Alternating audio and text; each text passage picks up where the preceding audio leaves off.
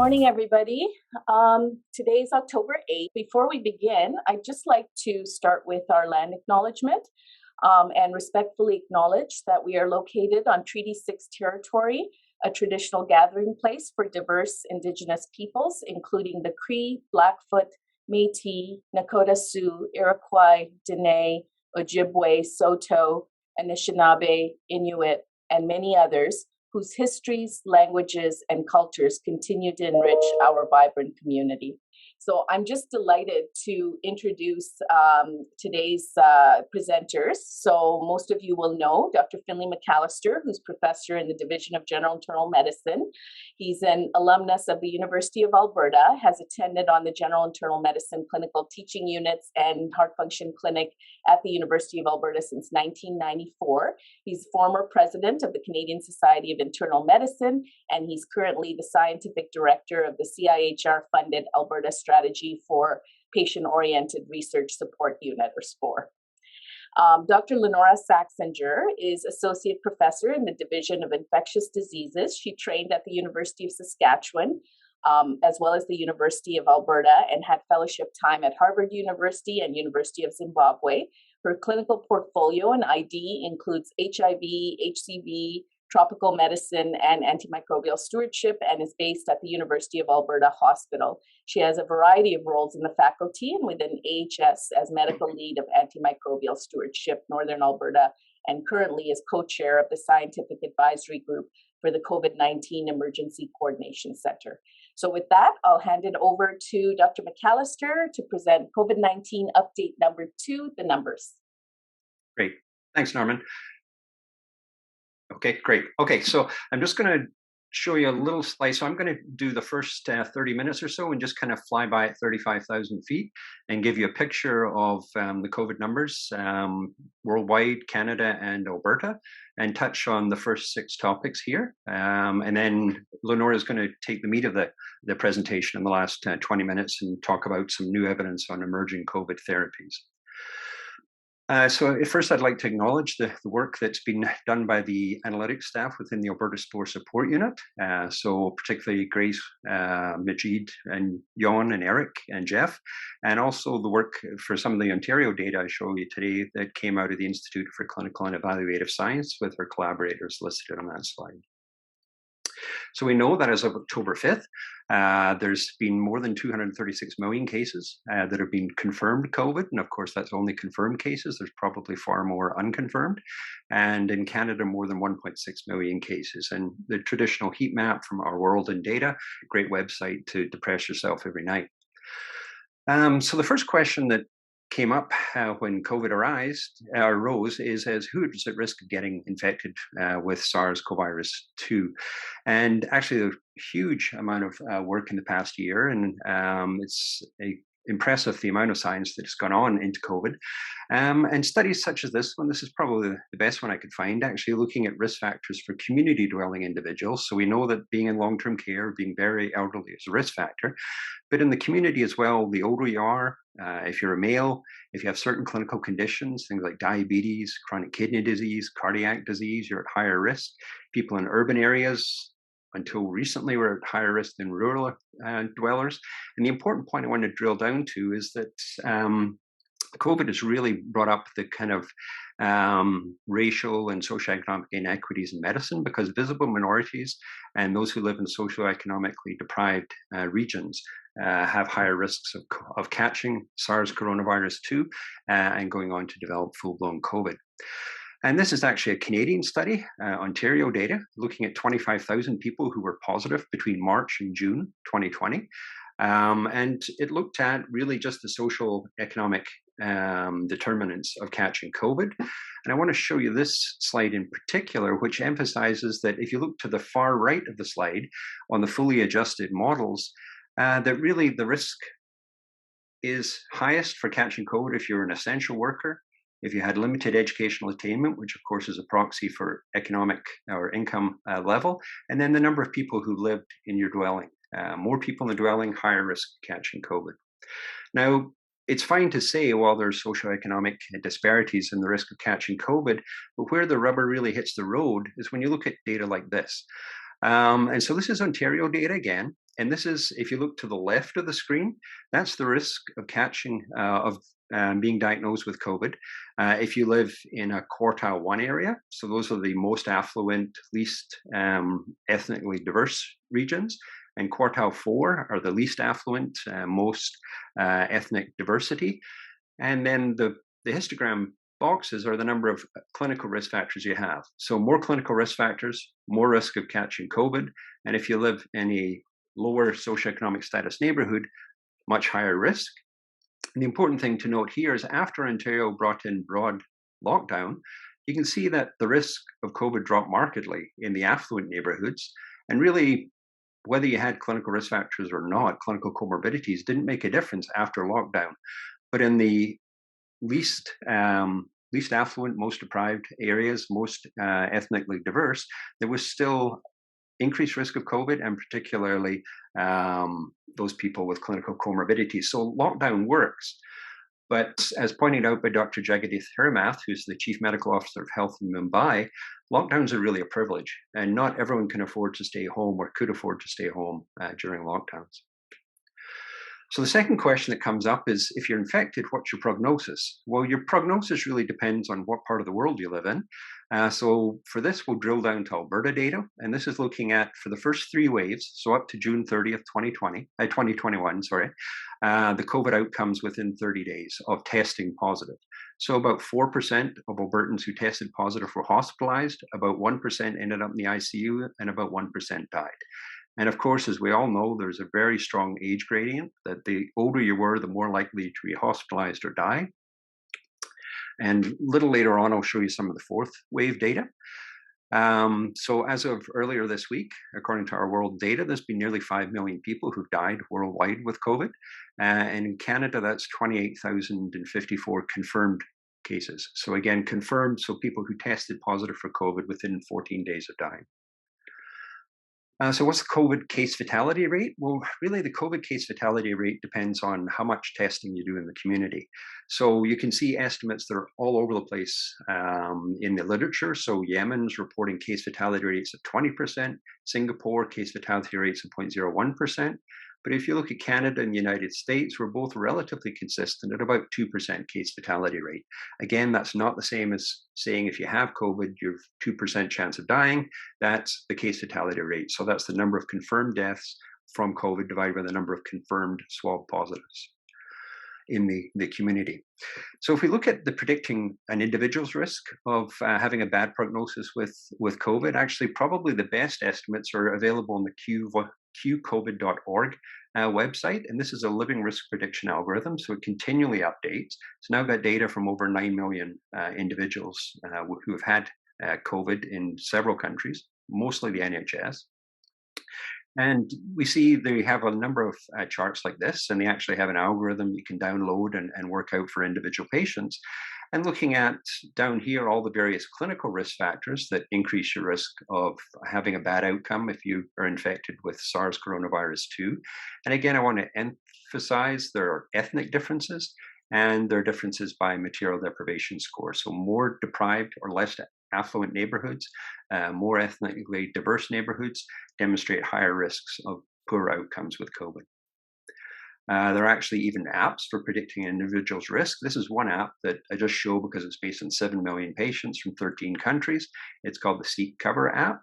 And they actually have a website you can go on. You can you can input data on the age, the sex, the clinical comorbidities of your particular patient, and work out their risk of being hospitalized, their risk of needing intensive care, and their risk of dying. Now, I will caution that the website's a little bit behind the times, so it hasn't been updated to reflect Delta, and it hasn't been updated fully to reflect immunization or vaccination rates. So the big question that always comes up is, has prognosis changed over time? We know there's been 4 waves of COVID thus far. And this is data from the Canadian Institute of, COVID-19 tracker.ca, showing the number of cases or case positive rates, number of individuals testing positive for SARS coronavirus 2 in Canada. And as we know, we're well familiar, Alberta is we're number 1, I guess, for the 4th wave, so the Alberta advantage. showing the number of patients hospitalized in ICU. And our fourth wave is much larger than our other three waves. We're one of the few jurisdictions in the world that's managed to achieve that. And although Alberta's bad, could always be worse. We could live in Alabama or the southern US, where the rates are even higher.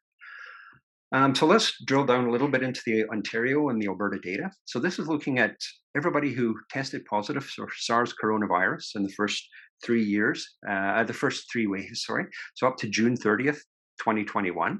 We can see that the third wave really constituted about half the cases of COVID in Alberta and Ontario. Third wave patients were younger. And as we see the fourth wave data, it's still preliminary, but it's showing again a skew towards younger patients, more affluent patients. Third wave, people were more likely to actually need hospitalization. And in a minute, we're going to talk about the variants of concern, but that's really what drove that. But they were less likely to die, reflecting the more widespread use of dexamethasone, the younger age group, the less comorbidities of patients in the third wave, and they had shorter lengths of stay. That's just a graph to show that the age distribution changed. First wave was predominantly elderly individuals, second, third, and then increasing the fourth wave, younger individuals. If we look at the third wave in Alberta and Ontario, 70% of the cases had variants of concern. Most of them were alpha. Increasingly at that stage, it was delta. And of course, in the fourth wave, it's almost all delta that we're seeing. If you look at variants of concern versus having the original wild type SARS coronavirus, after adjusting for age, sex, clinical comorbidities, you were 42% more likely to die, and 67% more likely to need hospitalization. And that's despite all the therapies that have been developed over the past 18 months.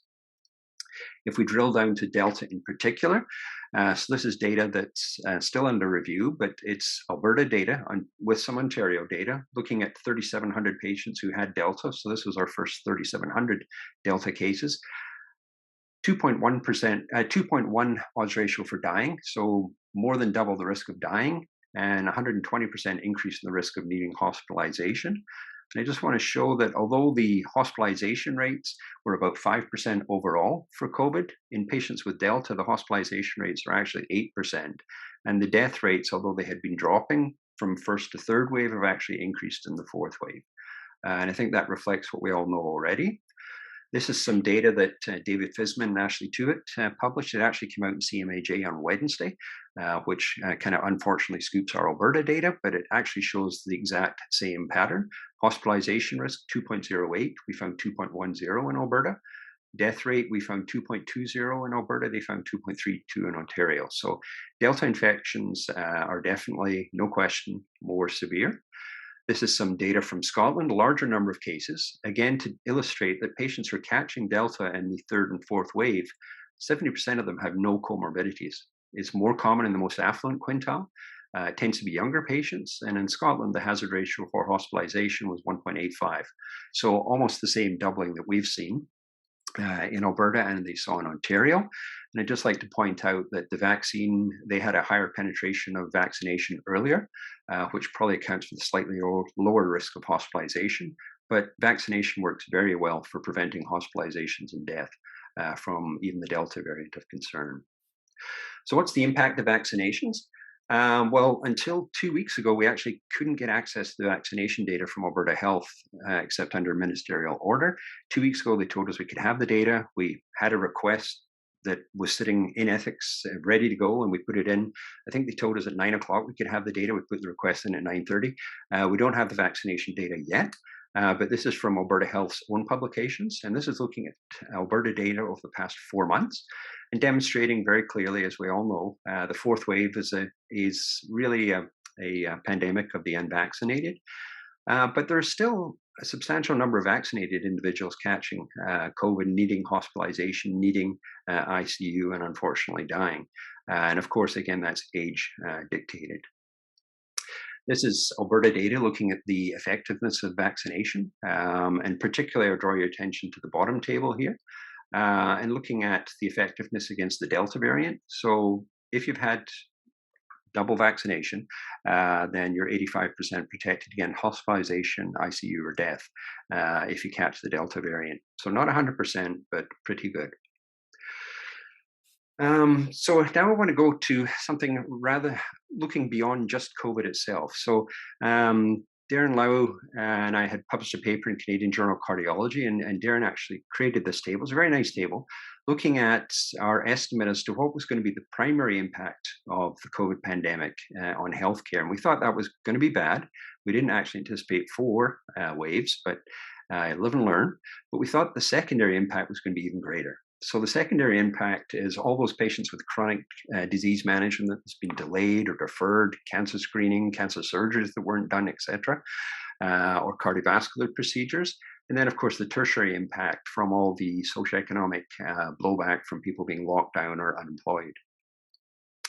Well, let's look at the extent of the primary health system impact in Alberta. So this is data up to August 31st of this year. So far in Alberta, there's been about 10,000 individuals hospitalized, mostly adults, of course. 30-day readmissions, about 5% for those that survived discharge. 30-day emergency room visits, about 19% in those discharged alive. And unfortunately, about 15% of patients from the time of hospitalization die within 30 days. Most of that's during the initial hospitalization. There are some individuals that survive the initial hospitalization and then subsequently die. And Narman was showing earlier on the Insight tableaus, you can actually pull this up for every region, and you can do it by different age groups if you're so inclined. This is data from the Canadian Institute for Health Information showing what none of us would be surprised about, that COVID-19 hospitalizations are expensive.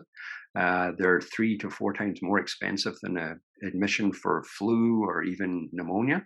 And they're actually almost as expensive as kidney transplants. And that's because longer length of stay and more use of ICU than a standard flu or pneumonia admission. Want to recognize that we often think of COVID as being prognosis as age-related, but this is some data from the first year of COVID-19 in the United States, showing that 50% of the people who died were actually aged 25 to 64. So, and when they actually looked at these individuals' clinical comorbidities, 38% of them had an average expected lifespan.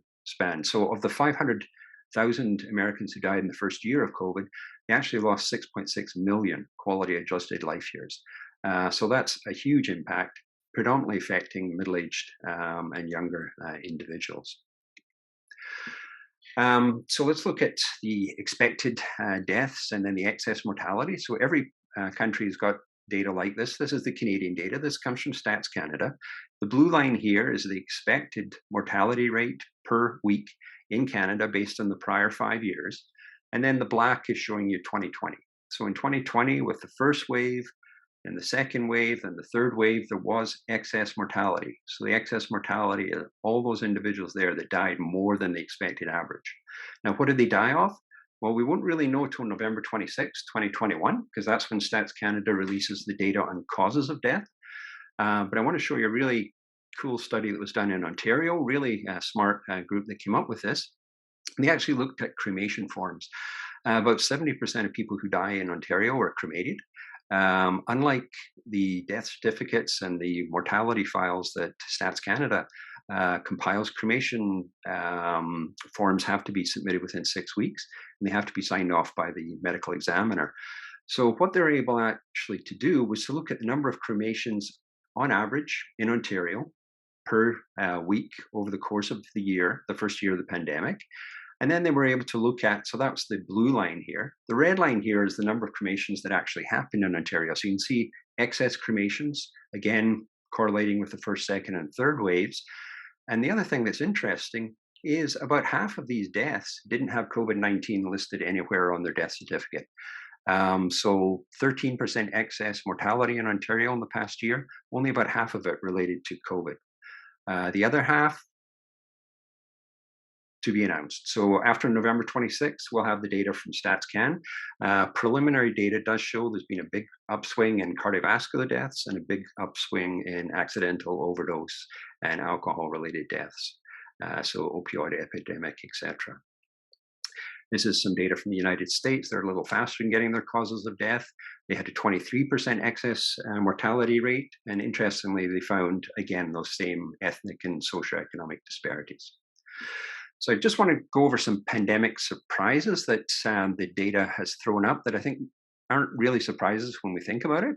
But what I like to think of is this is really like being on the beach before the tsunami hits and the water pulls back into the ocean. So there was a big drop in emergency room visits in March and April.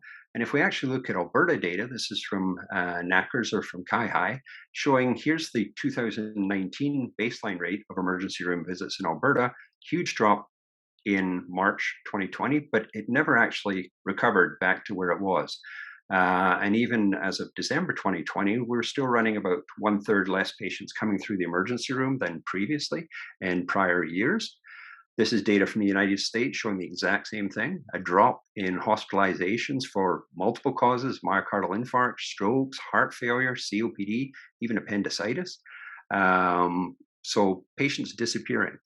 There was a decrease in non-COVID hospitalizations throughout various diagnoses, as you can see in that slide. This again from CAI. Of course, larger impacts in surgery as a lot of surgical beds disappeared, but even interestingly, a reduction in emergency surgeries. Well, where did all the patients go? Anybody who's seen The Shining will appreciate this meme. Here's a clue. This is some data from Paris, and this is looking at out-of-hospital cardiac arrests or sudden cardiac deaths at home, and demonstrating a doubling during the period of lockdown. So people were sick but stayed home, maybe because of public health messaging to avoid the emergency room, maybe because of fear of catching COVID, and they ended up dying of other causes. The thing we always worry about are wait lists getting longer in COVID. We see all the surgical beds closed. We see cath labs closed. We assume there's these huge impending wait lists. And this is actually some really cool data from Dr. Owidges and Dara in Ontario, who runs the cardiac wait list there. And they actually found, as of September 20th, 2021, their wait lists are actually lower than at any point in the previous decade. And the wait times for patients are actually not prolonged. However, what they were finding is the patients, by the time they were coming to the procedures, were sicker and their outcomes were worse. And this was for cardiac catheterization, CABG. There's similar data coming out. It's not in press yet, so I'm not allowed to show it for in Alberta for surgery. And it's not so much the fact that patients are dying on wait lists, it's that patients aren't even getting on wait lists. So there's an upstream reduction in patient volume loads. And I think this likely reflects the fact there's been a marked reduction in outpatient care, particularly for family physicians and outpatient-based medical specialists. And there's been a major shift in care from face-to-face to actually virtual care. And does virtual care work? Well, I mean, here's some data from the United States. It's looking at their US National Disease and Therapeutic Index. It's an audit of primary care visits and looking at between the first quarter of 2020 and the second quarter. So second quarters after COVID arrived, 21% reduction in total visits. 50% of the visits in the second quarter were virtually. And they found that virtual visits actually were much less effective in terms of cardiovascular risk factor protection. So patients were 1/3 as likely to get their cholesterol assessed, half as likely to have their blood pressure assessed, and then there was a 26% drop in the prescription of new medications. So there's a huge care deficit that's building out there, and that tsunami that's coming. And it's not just physical physician care. This is actually looking at home care assessments in Canada. This is CAI data showing that home care assessments throughout 2020 are way down. And even those that are being done, 3/4 of them are being done by phone. And you think it's hard to do a virtual clinic visit. Imagine trying to assess somebody's ability to manage in their home via telephone. So if anything, I think Darren, nice graph, but I think we probably underestimated the extent of the tsunami that's coming for the secondary impact and the tertiary impact in the COVID pandemic. Final couple of slides, just one slide to point out, of course, that COVID, because of the ubiquity of the ACE2 receptor in various organs, there's a lot of different things that can happen in long COVID. The World Health Organization has estimated that 1 in 4 people with COVID have symptoms for up to 3 months after infection, and that 1 in 10 have symptoms after 12 weeks. This is from a very nice summary in the Ontario Science Table. But I just caution that the World Health Organization, as with many other things with COVID, has probably underestimated things here. Data from Wuhan shows that at 12 months, up to 49% of the patients were still reporting symptoms, and 24% of those who had been in the workforce before had not been able to return to work. So as I turn things over to Lynora, I'll offer a glimmer of hope that, in fact, for those of us sick of Zoom, it's been found that Zoom actually doesn't prevent COVID. So thanks for your attention, and I'll turn things over to Lynora here. So we briefly touched mostly on hospitalized treatments with the September update. And this is an opportunity to kind of go over some of the evidence in a little more detail and include some of the emerging evidence in outpatient treatments. So we briefly touched mostly on hospitalized treatments with the September update. And this is an opportunity to kind of go over some of the evidence in a little more detail and include some of the emerging evidence in outpatient treatments. So just briefly, there's a reason to consider these quite different, because early infection, we think, if we want to oversimplify, which is useful, is really characterized by a lot of viral replication. Then there's a mid-range where there's viral replication and an evolving immune inflammatory response. And then in the later stages of severe disease, the host inflammatory response is really responsible for a lot of the damage. So the treatment goals are actually kind of different. The treatment goals can be to prevent infection, reduce transmission, reduce the likelihood of progression by reducing viral replication and potentially dampening the immune response early. And then later in the course, it does not necessarily seem that antivirals are as likely to be helpful, and you're really looking at the immunopathogenesis. So I'm just going to touch on some of the things that people are talking about, because I think a lot of people are getting questions. And so we're going to touch on inhaled budesonide, colchicine, fluvoxamine, remdesivir, molnupiravir. We're going to talk in a little more detail about antiviral monoclonal antibodies and, the shape of what's probably going to be happening here. And then just really briefly touch again on the hospital-based therapies, because I think it's a difficult landscape right now, partially because of supply issues, making it hard to know, A, what's available, and then of what's available, what's most appropriate to use in your patient. And so, again, we were talking about this. So the antiviral monoclonal antibodies really are basically giving you a leg up on an immune response to COVID-19, trying to prevent, establishing this major inflammatory response. And basically, it's like passive immunization. Along the same lines, early antiviral therapies or early immune modulation might have a role here. And one of the problems, I think, when we think about outpatient therapies is that a lot of these are time sensitive. And so it's probably, we have to kind of shift the messaging to make sure that people who have risk factors are getting tested early enough so that if we can offer them outpatient therapies, they are still within a relevant window to do so. Otherwise, we are essentially not getting the full benefit. So we have to identify cases. We have to be able to stratify for higher risk people. And then deliver the therapy safely and feasibly. And, there are IV therapies. You can use Regencov subcutaneous, and possibly PO therapies will become available, but that's not quite there yet. And so I just wanted to touch on a couple of things that still pop up. And as a matter of fact, both of these are mentioned in a kind of permissive way, for example, in BC guidelines, because they have, some trial data that's non-conclusive. So colchicine is from the Col Corona trial from Montreal. They used weird proprietary dosing, which is quite high, for out to a month. The endpoint was hospitalization or mortality at 30 days. And in only confirmed COVID-19 patients, so not on intention to treat, there was a reduction in the endpoint of hospitalization, 4.6% versus 6%. The adverse events there were somewhat significant. There was quite a few pulmonary emboli, mostly in women. Of course, there was a lot of diarrhea because it's colchicine.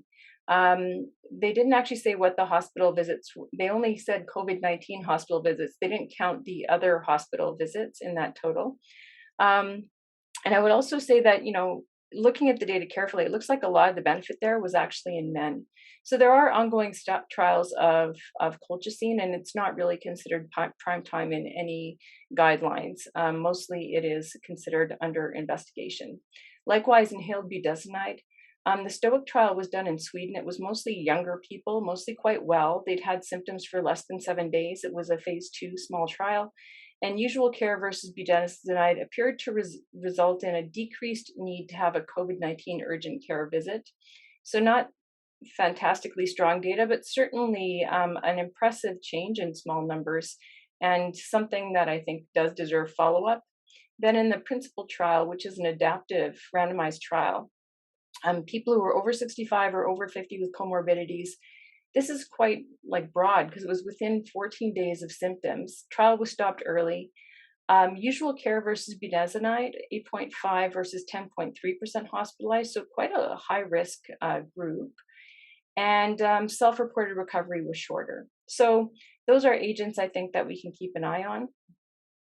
And, especially in the case of the inhaled budesonide, a reasonable risk proposition. And then the other one that I've been seeing people ask about lately is actually fluvoxamine. So the Together trial is in preprint, and it was using fluvoxamine 100 PO BID for 10 days. It was in Brazilian adults with COVID-19 and risk factor, so in higher risk adults with symptoms less than 7 days. That's always important in all of these trials, is when do they have to present? And then what they saw was a reduction of need for observation in emergency or hospitalization within 28 days. We will touch on this again later, but as an endpoint, that's practical and also difficult because the threshold for observation and hospitalization has a certain subjectivity to it that can vary between places and conditions. Likewise, similar trial, Stop COVID. This was a remote contactless trial in the US. Came out in JAMA, and they actually had a titration up of fluvoxamine with basically a 2-week course and an option of a titrate down. It was adults with COVID-19, and they had to just have active symptoms. They didn't actually have a time limit, and they were looking at time to worsening or documented hypoxia, and they showed a fairly impressive change, but again, very small numbers, 0 of 80 versus 6 on 72. And so again, I would consider this highly preliminary and not something that would be prime time. So if people ask, there are studies, if you go to the clinical trials databases, ongoing for all of these agents, plus quite a number of strange regimens aside. And I do want to talk a little bit about the new buzz, which is Molnupiravir, which is the oral antiviral agent. This was actually patented in 2018, and it was developed for Venezuelan equine encephalitis virus. It's been worked on as a possible agent against influenza, Ebola, chikungunya, coronaviruses, so RNA viruses of all kinds. What happens is the viral RNA polymerase uses it in lieu of cytidine, but it can read as cytidine or uridine, which means that you get a whole lot of mutations. So it basically causes lethal mutagenesis to the virus or error catastrophe. This is science by press release again, because there's some top line results here, but there's so many details to ask about. They stopped the trial at 762 patients of a planned 1,500. And if given within 5 days in people with at least one risk of severe disease, they had a reduction, absolute risk reduction of 2.1% in deaths, and absolute risk reduction of 14%. In hospitalized. So the number needed to treat there is fairly modest. A couple of factoids on the right there. It's actually named for Mjolnir, so I don't know why they didn't spell it that way because it would have been cooler.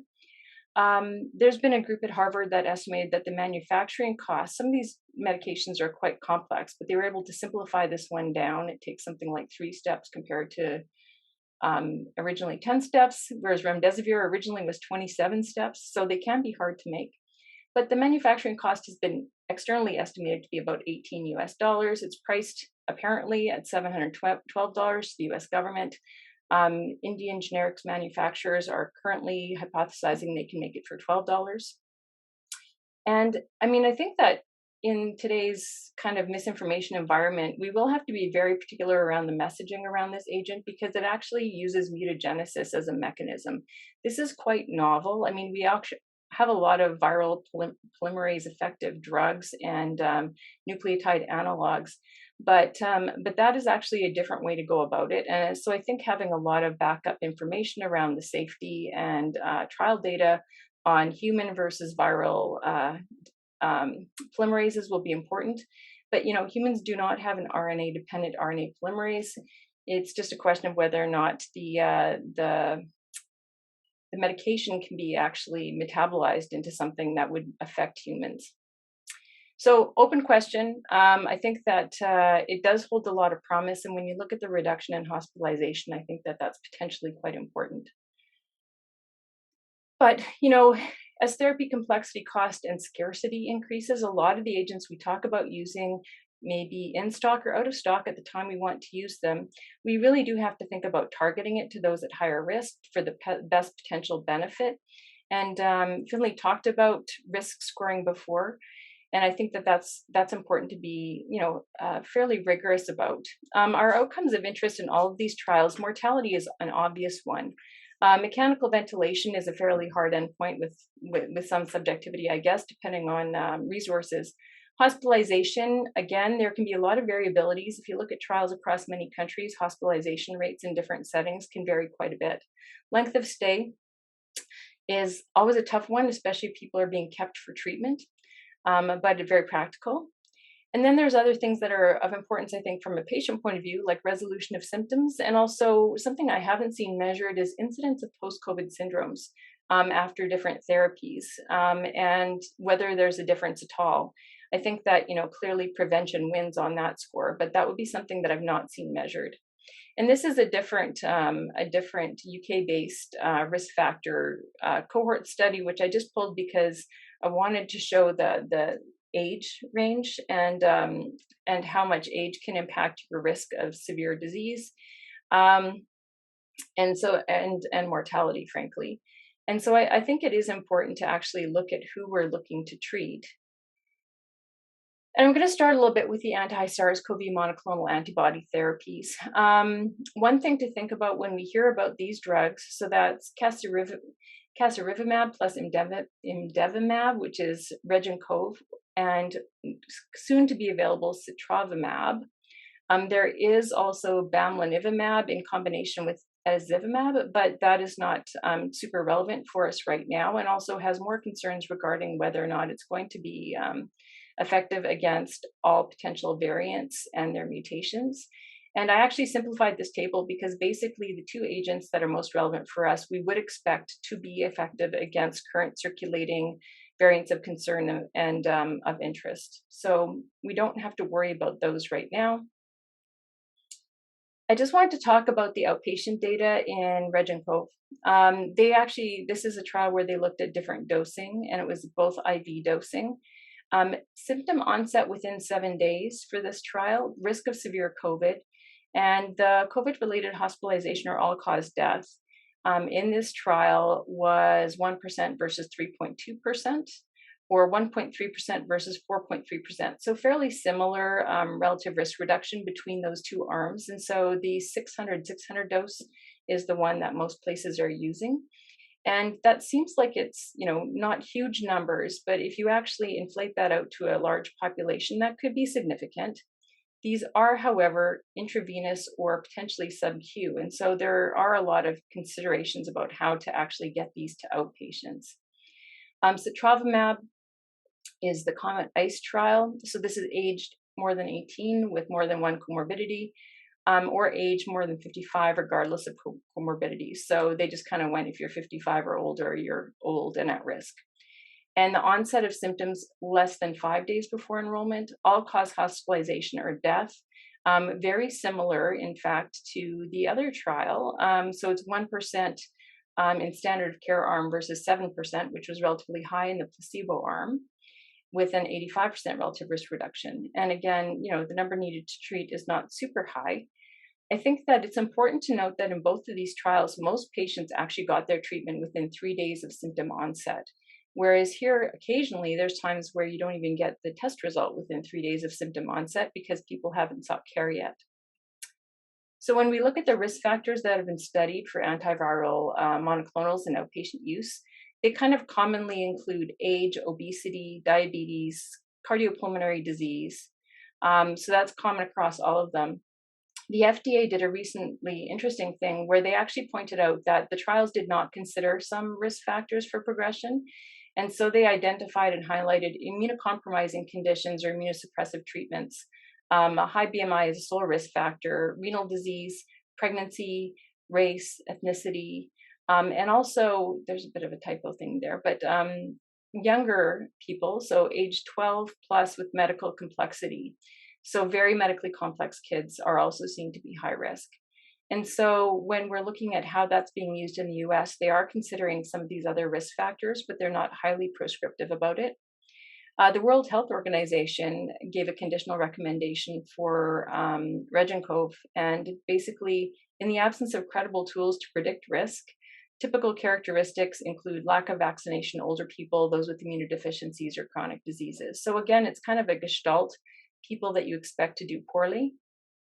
And if we want to kind of summarize what we know about these drugs, and I would focus on the bottom two rows there. The Casirivimab, Imdevimab, the relative risk reduction 70%, number needed to treat 45, Sotrovimab. Again, looking at these are not huge numbers to make big decisions on, but relative risk reduction 86%. Infusion-related adverse events are fairly low. I'm going to point out that Sotrovimab is a bit interesting. It doesn't need a combo because it binds a fairly conserved receptor binder domain epitope. And so it is thought to be hopefully a pan-coronavirus agent. And then the inpatient data that we are based our previous recommendations on were that in seronegative persons, there was a 6% reduction of actually baseline very high mortality in this UK trial. The absolute risk reduction of 6%, and the number needed to treat 17. And so some of the placing of that drug was because the magnitude of benefit is not too dissimilar from reducing hospitalization risk for at-risk outpatients versus reducing risk of mortality in hospitalized inpatients. And so it seemed when we had low supply that we would look at doing that. But we are going to be getting a larger supply of Sotrovimab shortly that would be appropriate for outpatient use. Now, I want to spend a little bit of time on Remdesivir.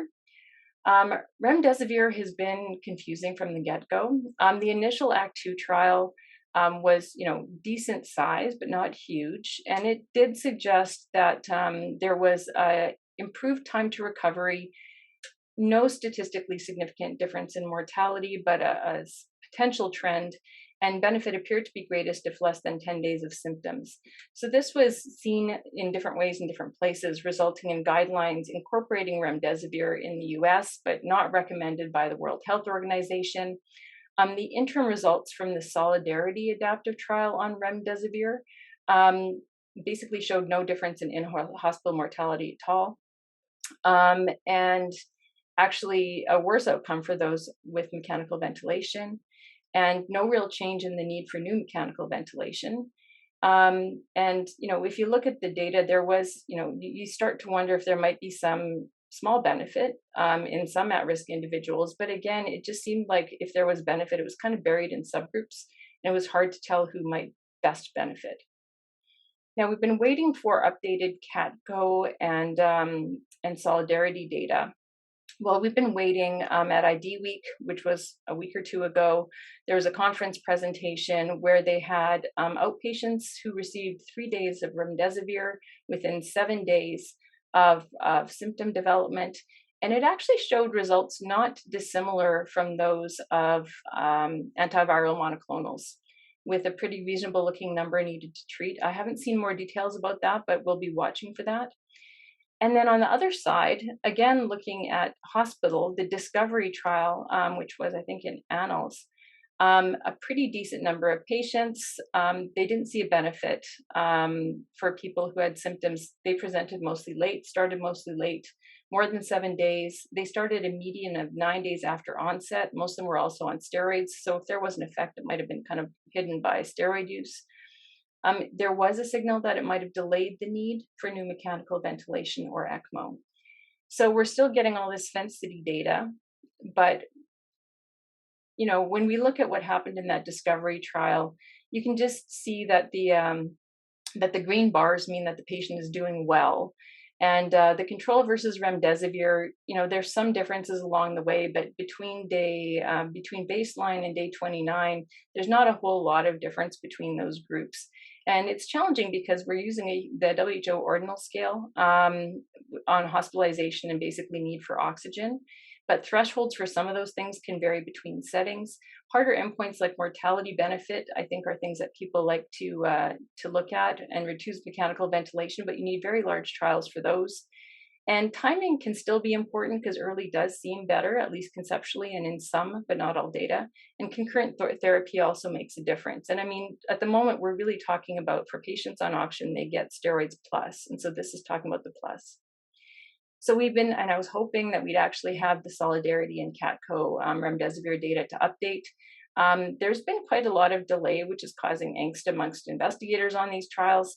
I put this in really, really light gray because it's unofficial data. I don't think that we're really supposed to necessarily have it.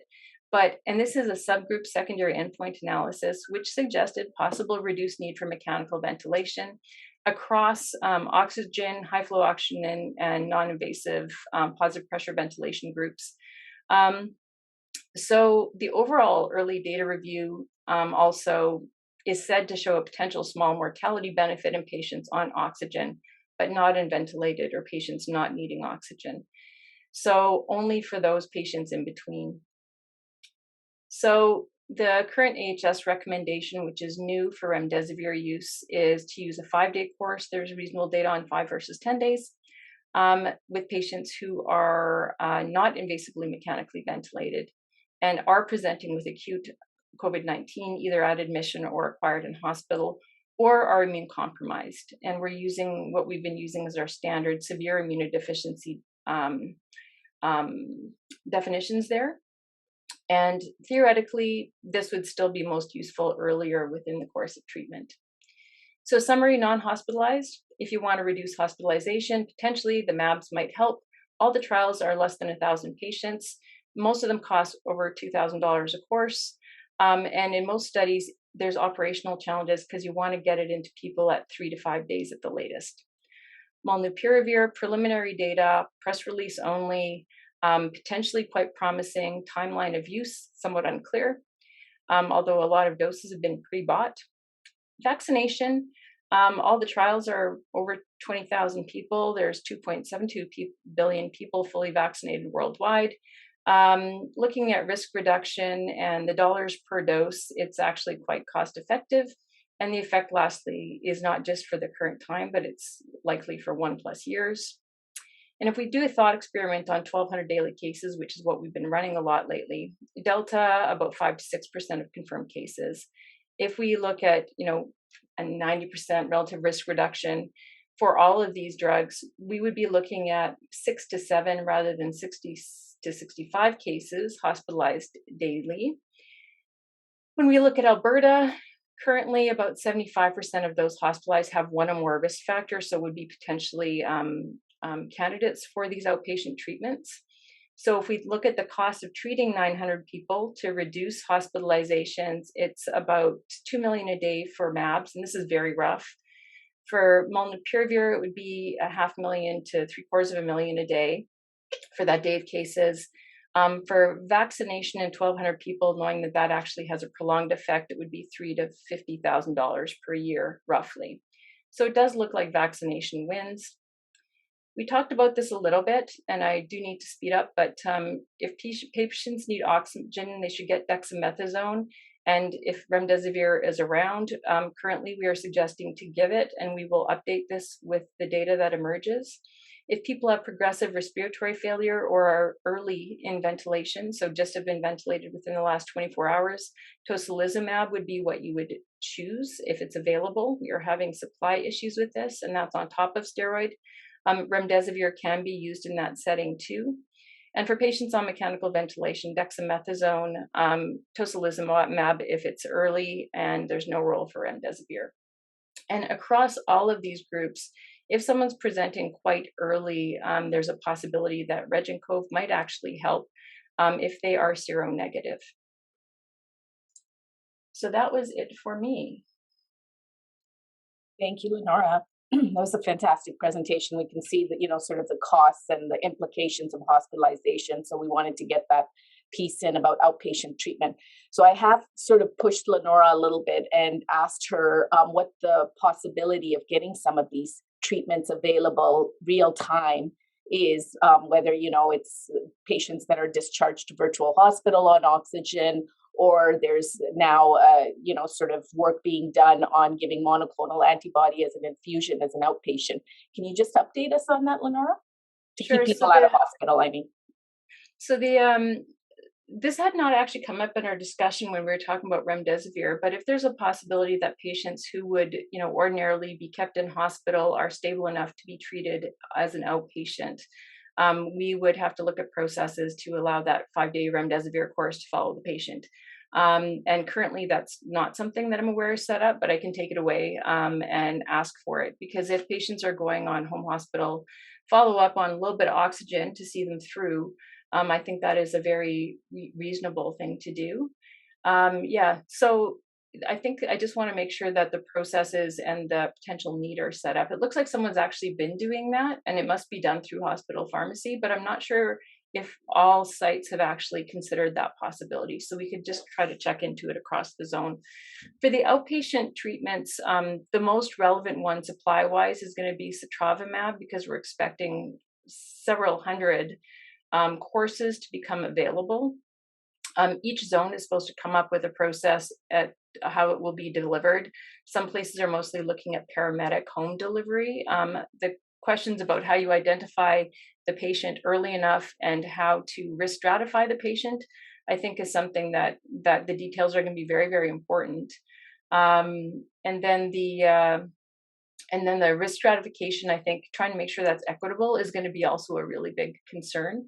Having said that, I think that once that supply is available, we're going to have to focus some effort on trying to make that happen properly, because it could actually impact the hospitalization rates in areas that are having high transmission right now. Yes, so it turns out Jay is actually the virtual hospital pharmacist. So that's great that they've gotten access to it, it looks like. Yeah, that's perfect. And then I see another question here, seronegative. The seronegative is actually something also that is a work in progress. There are relatively rapid turnaround serologic tests available in larger centers only right now, and there's going to be, or is maybe starting a pilot of whether or not rapid antibody tests will be sufficient to allow use of Reg-and-Cov in decentralized areas. But the mortality benefit is only seen in seronegative patients, which means they're early enough in their illness or their immune response is such that they have not yet started making their own antibody response. Most of these treatments are most relevant in people who are unvaccinated, unless you suspect that they have a very high risk of not having an adequate vaccine response. And so profoundly immunocompromised, not immunomodulated, and people who've not been vaccinated would be the ones where this is most relevant. We are giving it to people that come in that are immunocompromised, and then serology tests that actually have been 24-hour turnaround. So we've been very lucky. I just have a question for Finlay. Finlay, I think it would be really nice if policymakers listened, you had their ear. I know you don't always have it. So what would you recommend based on the data that you've seen of the oncoming tsunami that we need to do to prepare for the future? I mean, it's really scary numbers that you presented. Yeah, no, I think, yes, scary numbers. And I mean, with policymakers, you always have to have yin and yang, or give and go, give and get. Really, to me, it drives me nuts that a virtual visit is remunerated at the same version as a 25-minute intensive in-person visit for a patient who's crashing. So I think if I was a policymaker, I'd be trying to save some money on the virtual visits. I mean, a 5-minute phone call shouldn't be worth what's being reimbursed, and take those savings, plow them back in, and pay so that patient, like we run cath labs and we run radiology departments and we run endoscopy suites 6 or 7 days a week. And yes, the physician and the nurses are going to be different on Saturday and Sunday, and there'll be a call rota and stuff. But I mean, since money talks, that'd be the easiest way for them to do it. I think the number of, and I mean, I've done this myself. I mean, I have, say, an outpatient clinic, 14 patients, 9 of them are telephone. Those are my easy catch-up times, and it's the 5 in person that are nightmares. And I think that's the data that they're seeing in Ontario, where they're looking at their wait list, that by the time they're seeing people in person, either for a cath or even just in clinic, I think all of us are seeing the patients are sicker, they're more complicated, and it's way more difficult than it used to be for those in-person visits. And I think part of that is just the virtual care doesn't do what we think it does. And I mean, if there's that US data, 50% less monitoring of risk factors, 26% less prescribing of medications. I mean, it's really just, hey, how you doing today? Nice talking to you. I'll refill your pills.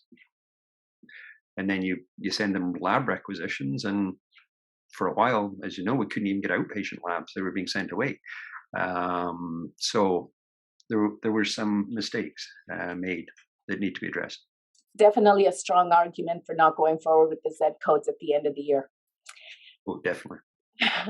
Lynora, last question to you about the Israel and Singapore numbers.